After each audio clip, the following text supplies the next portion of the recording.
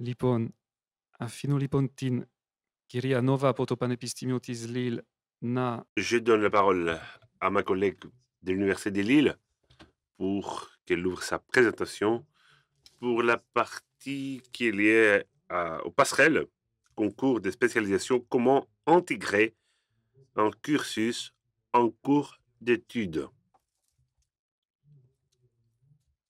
Ειδικότητας. Η συζήτηση εννοείται ότι θα μπορεί να συνεχίσει και μετά στα τραπεζάκια των συγκεκριμένων ιδρυμάτων. La parole est à vous. Merci beaucoup. Merci à vous de permettre de donner quelques éclairages sur le dédale que peut représenter souvent l'accès aux études de santé pour les étudiants internationaux en France. Et ce que je voudrais que vous reteniez à l'issue de cette présentation, c'est que des possibilités existent à tous les niveaux, que ce soit pour les étudiants européens ou pour les étudiants extra-communautaires.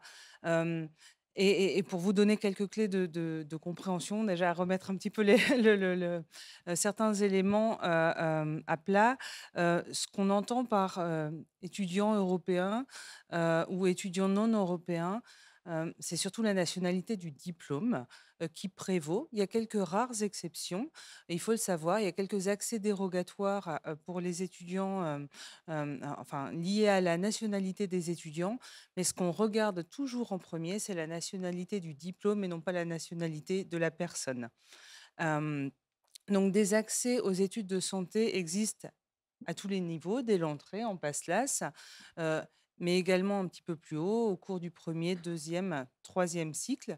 Je voudrais aussi qu'on aborde, rapidement les questions d'exercice puisque c'est une question qui est, très fréquente, dans nos services, au quotidien. Hop.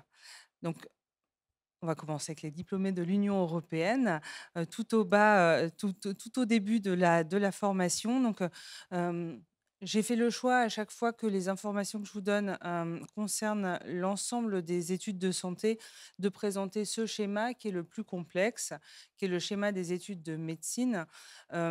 Ces informations-là valent également pour les étudiants qui sont intéressés par un parcours en pharmacie, en maïeutique, en odontologie. Donc pour les étudiants qui ont un baccalauréat européen, et par baccalauréat, on entend donc le diplôme qui permet d'entrer, d'accéder aux études supérieures dans le pays d'origine de l'étudiant. L'accès en France se fait comme pour un bachelier français. C'est-à-dire que l'étudiant doit s'inscrire en ce moment même et avant le 15 mars sur la plateforme Parcoursup, constituer un dossier, effectuer des vœux, donc de filière, de ville. Il doit effectuer un certain nombre de... Voilà, ce processus-là est très bien expliqué. Lorsque vous sollicitez les établissements visés pour avoir un complément d'information, je pense que dans leur immense majorité, ils se font un plaisir de vous les donner. Donc là, cet accès-là pour les bacheliers européens est exactement le même que pour les bacheliers nationaux. Il n'y a pas de quota pour ces étudiants. Il faut juste avoir en tête que, pour les étudiants, les bacheliers européens qui, souhaitent entrer en PASS ou en LAS, hem, le fait de vous l'avez compris, ce sont des études extrêmement exigeantes. Ce sera 1 ou 2 années qui vont être, très engageantes pour les étudiants. L'expatriation constitue un défi supplémentaire, puisqu'ils sont, loin de chez eux, dans un nouveau pays, loin de leurs proches. Voilà, ce sont des éléments à prendre en compte, pour, s'interroger soi-même sur, sa capacité à réussir. L'idée n'est vraiment pas de dissuader les candidats, à l'expatriation, mais vraiment de, leur permettre de mieux se préparer pour réussir. C'est notre, lorsqu'on sélectionne ces dossiers-là dans une faculté de santé française, hem, l'idée n'est vraiment pas de sanctionner les mauvais, mais de permettre aux étudiants, qui peuvent réussir, de réussir et d'orienter les autres vers une autre voie. Pour les étudiants qui choisissent cette voie d'inscription en PASSLAS, et qui se seraient déjà engagés dans des études supérieures de santé, il n'y a pas de possibilité, après réussite de la PASS ou de la LAS, d'accéder à une année supérieure. C'est-à-dire qu'après réussite, même si on est en quatrième année de médecine, par exemple en Grèce, ont choisi de passer, d'entrer dans les études médicales françaises par l'intermédiaire de la PASS ou de la LAS, il ne sera pas possible de réintégrer une année supérieure à la 2e année. Ça, c'est un élément important à prendre en compte pour les étudiants qui sont déjà avancés. De la même façon, il n'est pas possible d'avoir une double candidature en PASS-LAS d'un côté et dans l'accès direct en MMOP que je vais évoquer juste maintenant. Donc toujours pour les bacheliers européens qui souhaitent s'inscrire, qui ont déjà entamé un parcours d'études dans leur pays et qui souhaitent s'inscrire en 2e ou en 3e année d'études de santé en France, il existe un dispositif passerelle qui permet soit aux étudiants qui ont déjà validé 3 années d'études de santé dans leur pays de réintégrer la 2e ou la 3e année des études de santé correspondantes, évidemment, en France, soit pour les étudiants qui ont déjà validé 300 ECTS, donc généralement soit un master, soit un diplôme d'ingénieur, de réintégrer là aussi la 2e ou la 3e année. Le choix entre 2e et 3e année peut être proposé par le candidat de cette passerelle, mais c'est le jury d'admission en passerelle qui, au vu du dossier du candidat, choisira de le repositionner en 2e ou en 3e année.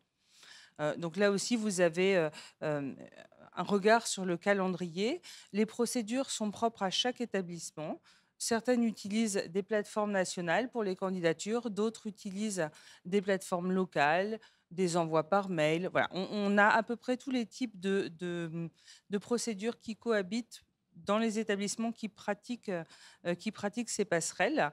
Il y a des quotas nationaux qui sont édités chaque année par notre ministère, voilà, merci, et qui sont déclinés pour chaque université en fonction de ses capacités de formation, bien sûr, et de l'évolution de son numerus apertus. Donc, le numerus apertus, c'est la première ligne sur le petit tableau qui est en bas. Hop, je vais voilà, jouer du pointeur, moi aussi. Non, j'y arrive pas.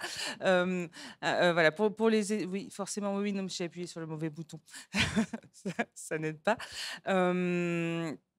Donc, ce numerus apertus, la première ligne du tableau, il a vocation à évoluer. Parfois, on a des étudiants qui, pour X raisons, sortent, ce n'est pas des chiffres très importants, mais qui sortent du numerus apertus en 2e, 3e année. Et donc, ça ouvre des places supplémentaires qui peuvent être abondées au niveau des passerelles, notamment. Voilà, là aussi, petite spécificité, ces procédures passerelles ne peuvent être engagées pour les étudiants que sur une seule université en France. C'est-à-dire qu'il faut bien choisir, il faut bien se renseigner sur les possibilités, sur le ratio peut-être aussi entre le nombre de candidatures et le nombre de candidats retenus chaque année. L'appétence pour les étudiants internationaux, voilà, voilà, ça se réfléchit. Pour les étudiants inscrits dans des études de santé européennes qui ont déjà validé leur premier cycle au titre du processus de Bologne, de la construction européenne, il y a une possibilité d'effectuer un transfert d'études entre le premier et le 2e cycle. Cette voie n'est pas très courante, il faut quand même le souligner, pour les étudiants européens, mais elle permet aux étudiants de médecine, de pharmacie ou d'odontologie de rejoindre la 4e année d'études après avoir obtenu leur premier cycle dans leur pays. À nouveau, les procédures sont propres à chaque établissement. Chaque établissement détermine lui-même son propre quota d'étudiants concernés par cette procédure. Et donc, il faut se rapprocher des établissements. Généralement, pour les établissements qui pratiquent cet accès-là, les informations figurent assez clairement sur les sites Internet. Donc, vous pouvez imaginer que ce sont des établissements international friendly, si vous trouvez ces informations-là. Toujours pour les diplômés européens qui ont réussi leur second cycle d'études de santé dans leur pays d'origine, il y a une possibilité, là aussi, au passage intermédiaire entre les deux cycles, de rejoindre les études de santé françaises entre donc le deuxième et le troisième cycle pour effectuer ce qu'on appelle l'internat, que ce soit internat en médecine, en pharmacie, en odontologie. Euh, Cette procédure est très normée. Elle existe donc dans les 3 filières, mais je me centre sur le troisième cycle de médecine, puisqu'il a été réformé il y a 3 ans maintenant. On entre dans la troisième année. Voilà, lui aussi, une nouvelle réforme. Et ça a provoqué quand même beaucoup d'interrogations sur les étudiants européens qui avaient l'habitude de rejoindre les études françaises à ce moment charnière. Donc aujourd'hui, les étudiants intéressés par l'internat en France doivent, au moment de l'avant-dernière année de leur second cycle de médecine, la 5e année donc, euh, lorsqu'ils sont engagés dans un des diplômes reconnus par la Commission européenne pour l'exercice de la médecine dans leur pays, ces étudiants-là doivent s'inscrire auprès du CNG Santé, donc c'est le Centre national de gestion en France. Les personnes intéressées auront le PowerPoint. Il y a les liens qui sont intégrés. Donc, vous retrouverez directement ces informations-là si vous les souhaitez. Donc, les étudiants doivent s'inscrire en juillet, à la fin de leur 4e année. Sur le site du CNG Santé, ils doivent s'inscrire aux épreuves nationales comme des étudiants français. À la mi-octobre, ils devront passer des épreuves dématérialisées dans un centre d'épreuves en France. Donc, ça supposera évidemment un premier déplacement. Ces épreuves-là, elles sont nouvelles pour les étudiants internationaux.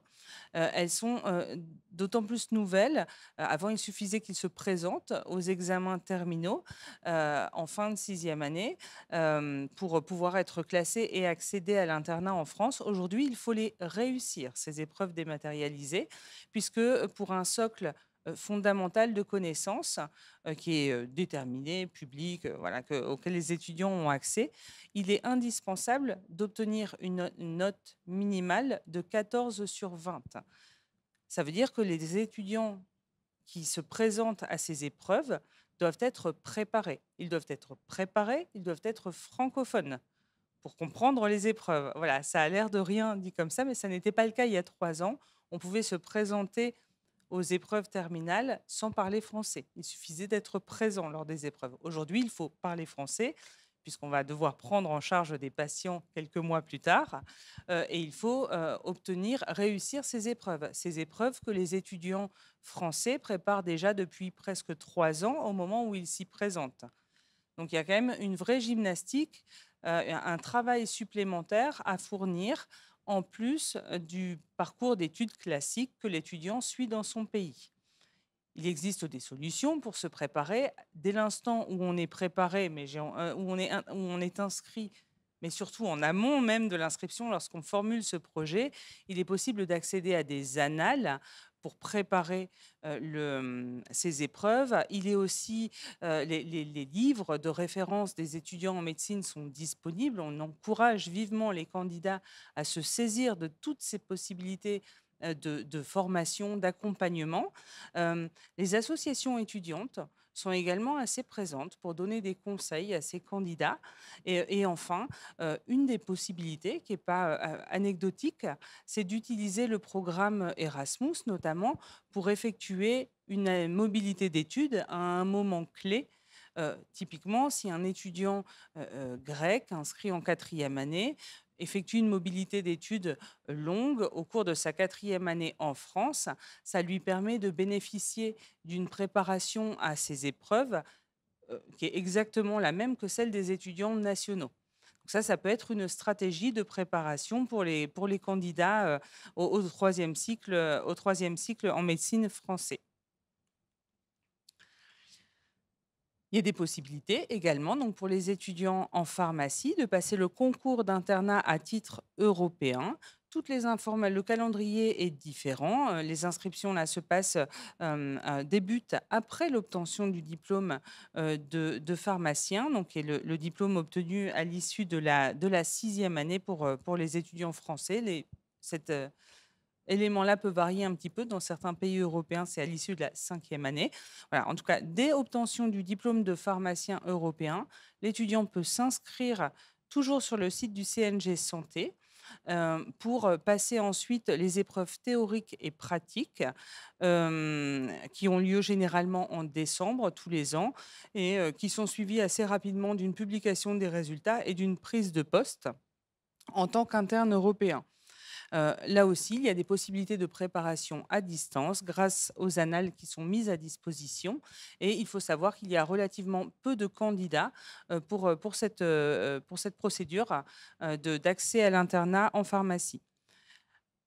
La possibilité de concours d'internat à titre européen est très similaire pour l'odontologie, qui accueille donc les chirurgiens dentistes diplômés dans leur pays d'origine dès l'obtention de leur diplôme. Enfin, presque enfin, pour les étudiants, toujours, en cours de formation, en cours d'internat, en Europe, il y a une possibilité d'effectuer une mobilité de formation, qui dure généralement de 6 à 12 mois. En France, l'internat de médecine est organisé par semestre, des semestres qui débutent en novembre et en mai. Donc il y a la possibilité, une possibilité d'accueil des internes européens en tant que faisant fonction d'interne. FFI, c'est un mot qu'on entend beaucoup dans les hôpitaux français. Voilà, ces étudiants qui sont accueillis en tant que FFI ont un statut hospitalier, mais qui est tout à fait compatible avec le statut Erasmus, et notamment avec le statut Erasmus études. Donc, on a beaucoup de FFI qui viennent sous ces deux statuts, ce qui leur permet de valider le parcours effectué en France dans leur parcours d'études nationales. Les étudiants peuvent être rémunérés. Alors pourquoi est-ce qu'on dit qu'ils peuvent l'être alors qu'ils vont effectuer un travail très concret? Eh bien tout simplement parce que certains conservent leur rémunération d'interne de leur pays d'origine, reçoivent de plus un financement Erasmus pour cette mobilité. Et donc ces étudiants-là ne souhaitent pas ou ne peuvent pas, voilà, tout dépend de leur statut, obtenir en plus une rémunération française, ce qui évidemment augmente bizarrement la capacité d'accueil au sein des services hospitaliers. Pour accéder à ces postes de FFI, il faut soit contacter directement le centre hospitalier, un service, un chef de service qui intéresse le candidat.